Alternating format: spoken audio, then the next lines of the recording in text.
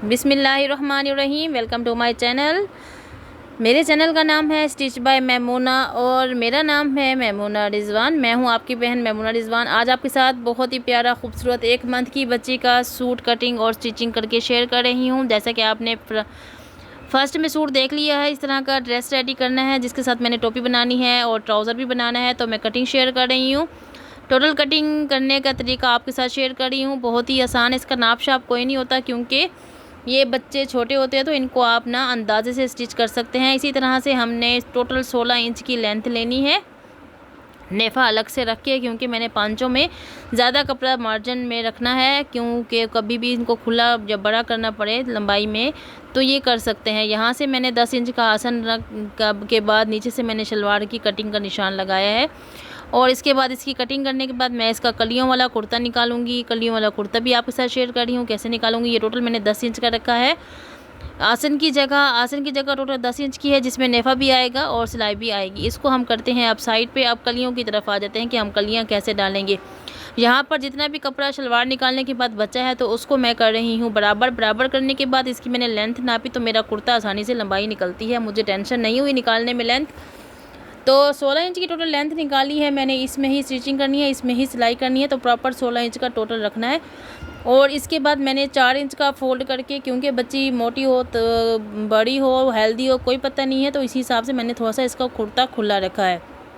गर्मी भी है, हर किसी के घर एसी अवेलेबल नहीं है। काफ़ी लोग कूलर पंखे चलाते हैं और काफ़ी लोग पंखे से ही गुजारा कर रहे हैं। बस अल्लाह पाक सब पर रहम करे कि जितने मुल्क के हालात ख़राब हुए पड़े हैं ना, तो बस बच्चों की पैदाइश हो रही है, ख़ानदान बढ़ रहे हैं, अखराजात बढ़ रहे हैं, लोगों के पास खाने को पैसे नहीं है। बस जैसे कैसे लोग गुजारा कर, जिसको अल्लाह पाक दे रहा है वो बड़े आसानी से गुजारा कर रहे हैं और जिसको नहीं दे रहा तो वो सब्र शुक्र से गुजारा कर रहे हैं। अल्लाह पाक सबको ऐसे सब्र शुक्र रखने की तौफीक अता फरमाए, आमीन सुम्मा आमीन। यहाँ पर मैंने टेढ़ी कलियाँ निकाली हैं क्योंकि मैं 2 कलियाँ निकालूंगी। 2 कलियाँ निकालने के बाद दूसरी कलियाँ जो है दोबारा उसके ऊपर रख कर दोबारा से कटिंग करूँगी और इसके ऊपर फाइनल कटिंग करके 4 कलियाँ निकालूंगी। जब 4 कलियाँ निकालूंगी तो यहाँ से मैंने एक्स्ट्रा कपड़ा ऊपर से फिर निकाल लेना है बाजू का ना हिसाब रखने के बाद, क्योंकि मुझे याद नहीं था। यहाँ पर मैं कटिंग करके बैठ गई थी क्योंकि मैंने ये कभी इतना ज़्यादा नहीं कटिंग किया क्योंकि मुझे बड़े सूटों की कटिंग की आदत है। छोटे बॉर्न बेबी के सूट में बहुत कम कटिंग करती हूँ। यहाँ पर 4 इंच के कंधे की सिलाई कर 4 इंच के कंधे का हिसाब रख के उसके बाद मैंने कलियों को कट कर लिया है। उसके बाद मैंने 8 इंच की बाजू कटिंग करनी है। खुलाई में से कपड़ा अलग कर लेना है ताकि थोड़ा सा सिमट जाए और सिलाई में भी कपड़ा अच्छा खासा मैंने रखा था ताकि ये कपड़ा कभी ख़राब ना हो। अच्छी और मजबूत सिलाई करके दो ताकि बच्चे पहने और माएँ परेशान ना हो, क्योंकि छोटे छोटे बच्चे होते हैं ना तो माँ बाप ना उसी में मसरूफ़ हो जाते हैं और कभी जब दर्जन वगैरह कपड़े स्टिच करके देते हैं तो सिलाई वगैरह उधर जाती है। फिर माओं के पास टाइम नहीं होता कि इनको सिलाइयाँ लगाएं। रेडीमेड का भी यही हाल होता है और जो अंधों की तरह काम करे दर्जी वगैरह या टेलर वगैरह कोई भी, तो बाद में सिलाइयाँ लगाने मुश्किल हो जाती हैं। अक्सर जिनको नहीं आती ना वो बहुत मुश्किल से सिलाइयाँ लगाते हैं। मैंने किसी को अंधा नहीं कहा, माजरत, बिल्कुल नाराज़ नहीं होना कि आप कहो कि अंधा कह रही है, लेकिन मैं एक बात करी जो जल्दबाजी में काम करते तो मेरा मुहावरा यही होता है कि अंधों की तरह काम करना। तो यहाँ पर मैंने टोटल 8 इंच की मैंने बाजू रखे हैं और यहाँ पर मैं कटिंग कर रही हूँ और बाजू की जगह सेट कर रही हूँ ताकि बाजुओं को उस तरीके से कटिंग करके सेटिंग से रख के आपको प्रॉपर कटिंग कुर्ता दिखाऊं कि मैंने कितना प्यारा और ख़ूबसूरत कटिंग किया है। कुर्ता आपको कैसे लगा है तो आपने मुझे लाजमी बताना है कि ये कुर्ता कटिंग होके कैसे लग रहा है। ये कलियों वाला कुर्ता बहुत प्यारा है। जब इसके ऊपर गोटा किनारी लगेगी यकीन माने बहुत ही प्यारी और ख़ूबसूरत लगेगी। ऐसे ही नाप करने के बाद अभी हमने फिर से इसको नापा तो थोड़ा सा बाजू लंबे हो गए थे। मुझे ना बहुत गंदी आदत है कपड़े को ना बढ़ा के रखने की, तो 1 आधा इंच का कपड़ा एक्स्ट्रा ज़ाया हो गया। सॉरी अगर किसी को बुरा लगा हो। तो इसमें अभी मैंने कटिंग कर ली है। अब मैं यहाँ 5 इंच के निशान पर चौक का निशान लगा रही हूँ। नीचे चौक भी रखेंगे, दामन भी रखेंगे और यहाँ पर कलियाँ भी अलग कर ली हैं और ये हो गई कटिंग पूरी रेडी। अब हम इसकी स्टिचिंग पे चलेंगे।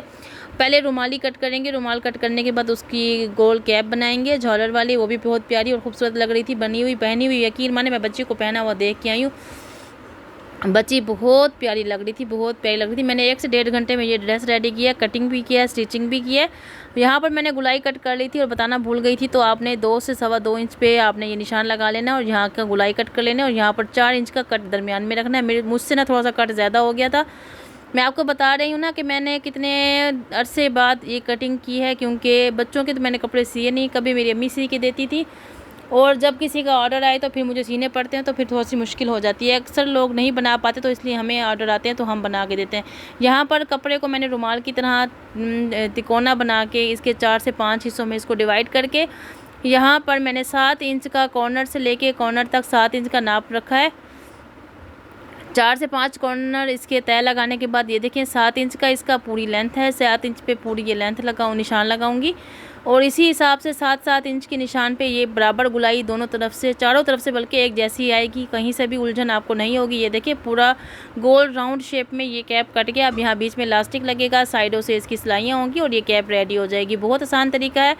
आप लोगों को कैसा लग रहा है, आप लोगों ने मुझे लाजमी बताना है कि आपको मेरा काम कैसा लग रहा है और मैं स्टिचिंग कैसे कर रही हूँ। मेरी कोई गलती हो तो आपने मुझे लाजमी कमेंट में बतानी है, कि ताकि मैं अगली दफ़ा आप लोगों के साथ बहुत ही अच्छा और ख़ूबसूरत करके तरीके से कटिंग शेयर करूँ, ताकि मैं अपनी गलतियाँ ख़त्म कर सकूँ।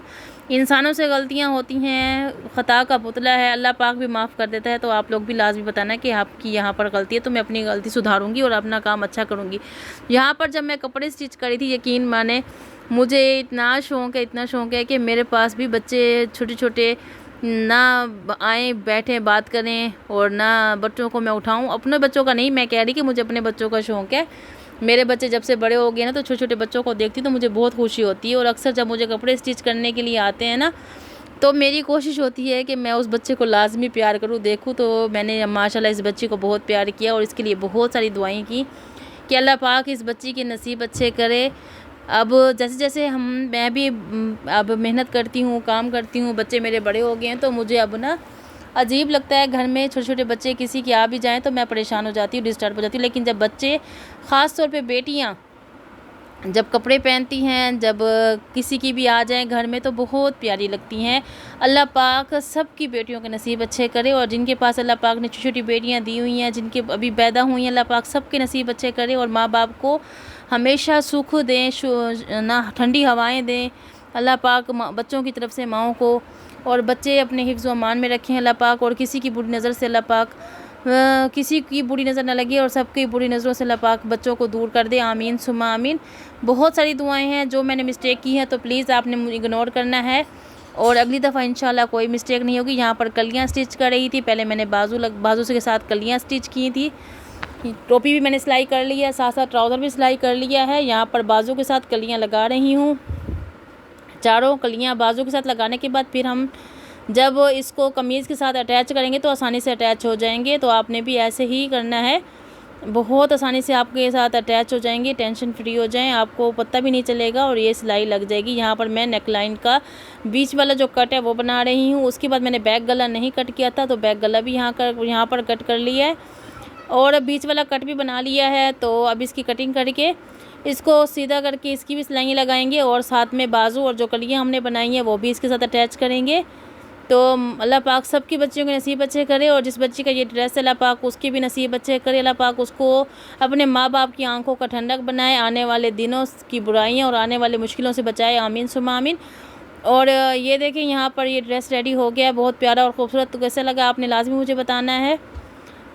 तो यहाँ पर बराबर नापने के बाद मैंने सिलाइयाँ शुरू कर दी कमीज़ की, और ऐसे ही सिलाइयाँ लगा रही थी। और साथ में मैंने बेटे को लास्टिक के लिए भेजा हुआ था, क्योंकि टोपी मैंने स्टिच कर ली थी लेकिन लास्टिक नहीं लगाया। लास्टिक मेरे पास छोटे साइज़ का नहीं पड़ा हुआ था, क्योंकि मैं बड़े बच्चों के और बड़े औरतों के, लेडीज़ की, लड़कियों के कपड़े स्टिच करती हूँ। तो मुझे छोटे बच्चों के कपड़े बहुत कम स्टिच होते हैं, तो सामान पूरा प्रॉपर नहीं पड़ा हुआ था। तो बेटा गया हुआ था लास्टिक लेने, मैंने कहा चलो इतने में मैं सिलाइयाँ लगा लेती हूँ। सिलाइयाँ लगाने के बाद फिर एंड में हम टोपी की सिलाई कर लेंगे। और यहाँ पर मैंने लाइव करनी थी, लाइव की मुझे फिक्र ही नहीं थी, मैंने लाइव को छोड़ा हुआ था। मैंने अपने पहले जो काम मैंने करना था उस पर फोकस किया हुआ था। यहाँ पर बैक गले की मगज़ी फ्रंट और बैक गले की इकट्ठी मगज़ी लगा रही हूँ। इसकी मगज़ी लगाने के बाद हमने क्या करना है, चाक दामन भी बनाने हैं, वो भी आप लोगों के साथ शेयर करूँगी। उम्मीद है कि आपको मेरा काम बहुत पसंद आएगा। आपने मुझे लाजमी बताना है, और मेरे चैनल पे वीडियो जो देखते हैं ना, आपकी मेहरबानी होगी, स्किप बिल्कुल नहीं करनी। अजाने हो रही, थोड़ी देर बाद आपसे वॉइस ओवर करती हूँ बात। चलें ठीक है, अब हो गई है अजाने और वापस अपने काम पर बात करते हैं। तो अल्लाह पाक हमें भी 5 वक्त का नमाज़ी बनाए, और टाइम से नमाज़ पढ़ लिया करें। नमाज़ का टाइम हो, अजान सुने तो चुप हो जाया करें, ऐसे ही जैसे मैं हो गई हूँ।